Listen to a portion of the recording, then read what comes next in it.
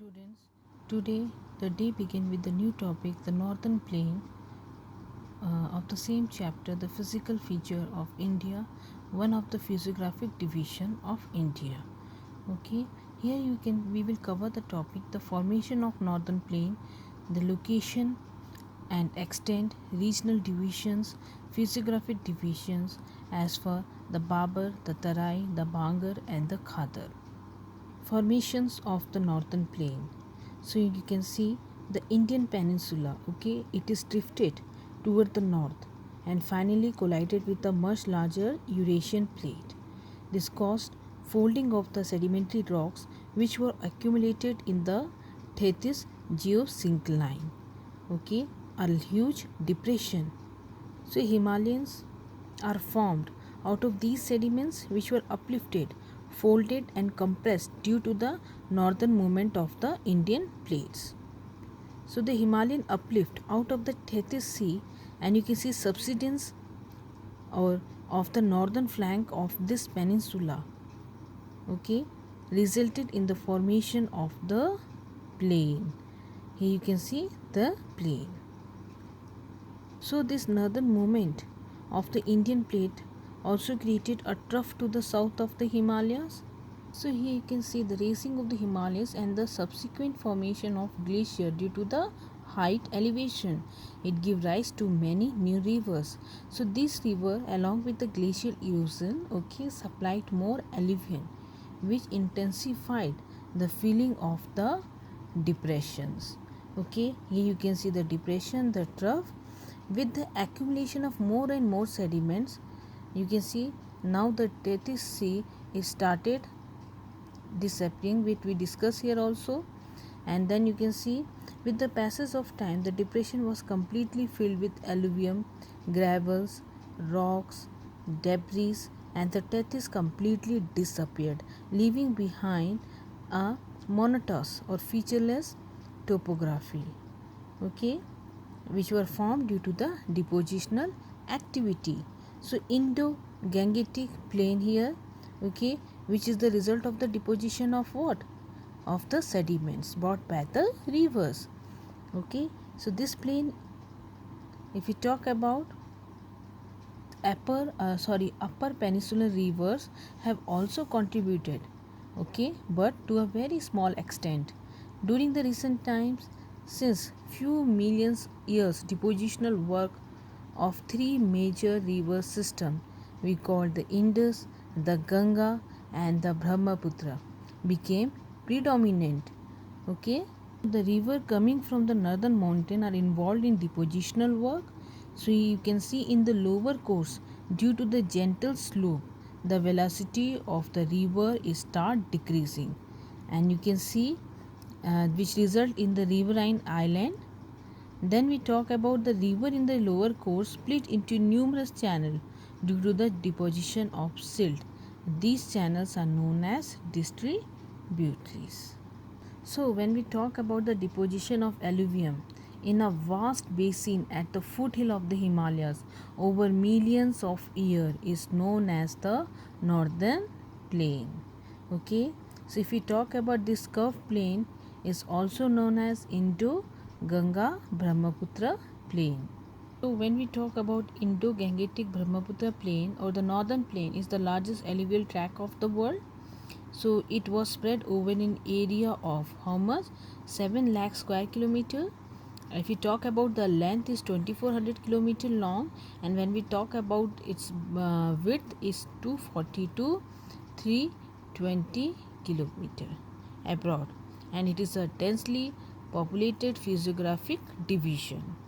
Okay, when we talk about the boundaries here, the northern boundary is well marked by the Shivalik. Shivalik is in the north, okay, and the southern boundary is a wavy irregular line that you can see here along the northern edge of the peninsula plateau.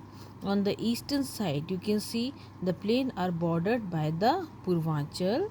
Okay, when we talk about the western side, it is marked with Suleiman and Kirtar range. So the width of the plain, okay, here you can see the width of the plain, it varies, okay, from region to region.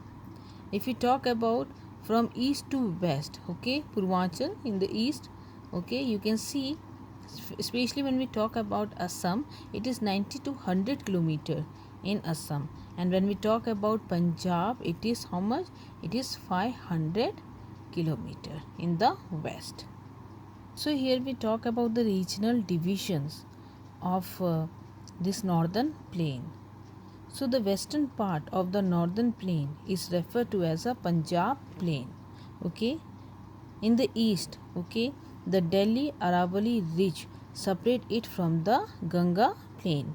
And when we talk about this plain, it is formed by Indus and its tributaries like Jhelum, Chenab, Ravi, Byas and Satluj. Okay, a major portion of this plain is in Pakistan. So when we talk about it is divided into many doabs. Okay, so what is this doab? Do means two and ab means water of river. So a region or a land lying between two rivers. So here you can see doab, a region or a line. You can see two rivers, okay, a land lying between the two rivers. So if we talk about this Ganga plain, it extended between Ghaggar and Tista river. It spread over the state of North India, Haryana, Delhi, UP, Bihar, partly Jharkhand and West Bengal. So almost all the river keep on shifting their courses, okay, making the area prone to frequent flood. Especially the Kosi river has long been called the sorrow of Bihar. At the lower course, okay, if we talk about here, it form delta, and the Sundarban delta is the largest delta in the world. And then comes the Brahmaputra plain here. The plain forms the eastern part of the northern plain and lies in the Assam. Its western boundary is formed by the Indo-Bangladesh border as well as the boundary of the lower Ganga plain. And its eastern boundary, you can see, it is covered with Purvanchal. So here you see that the northern plain are generally described as flat, okay, but with no variation in its relief. But it is not true. The vast plain also have diverse relief feature, okay.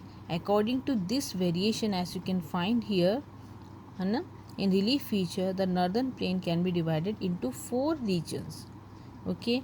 Here you can see the river descending from the mountain deposits pebbles in a narrow belt of 8 to 16 kilometer in width, and that's laying parallel to the slope of the Shivalik, okay. It is known as Babar. The porosity of the pebble covered rock bed is very high, and as a result most of the streams that sink here, okay, and flow underground.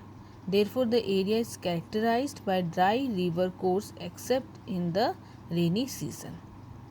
And when we talk about south of this belt is the stream and river, it re-emerge, okay, and create a wet, swampy and marshy region known as Tarai. So once covered with thick forest, most of the Tarai land, okay, forest had been cleared to cultivate or create agricultural land and to settle migrant from Pakistan after partition. Then comes the largest part of the northern plain is formed of old alluvium, okay.